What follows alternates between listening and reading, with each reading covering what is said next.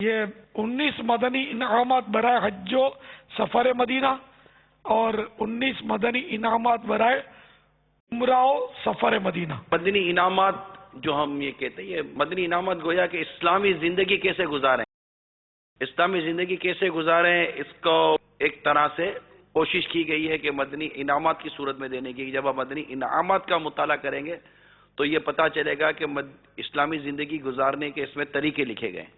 البتہ یہ جو مدنی انعامات ہے نا، یہ وہاں حرمین طیبین میں وقت کس طرح گزارنا ہے، تلاوت کرنی ہے جی اور کیا کیا کرنا ہے، یہ اس کے مدنی انعامات ہیں۔ یہ حاصل کریں، 2 روپیہ ہدیہ کرو۔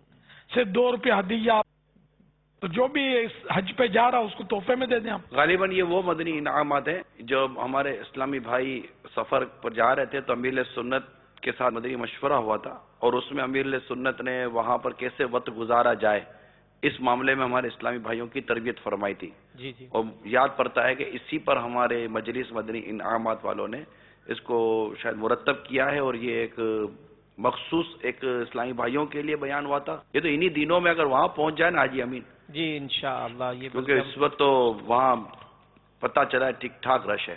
اور ابھی بھی جو زائرین جا رہے ہیں اگر یہ بھی اپنے ساتھ کچھ نہ کچھ ثواب کی نیت سے رکھیں تو انشاءاللہ خود بھی عمل کریں۔ خود بھی عمل کریں اور یہ پہنچائیں۔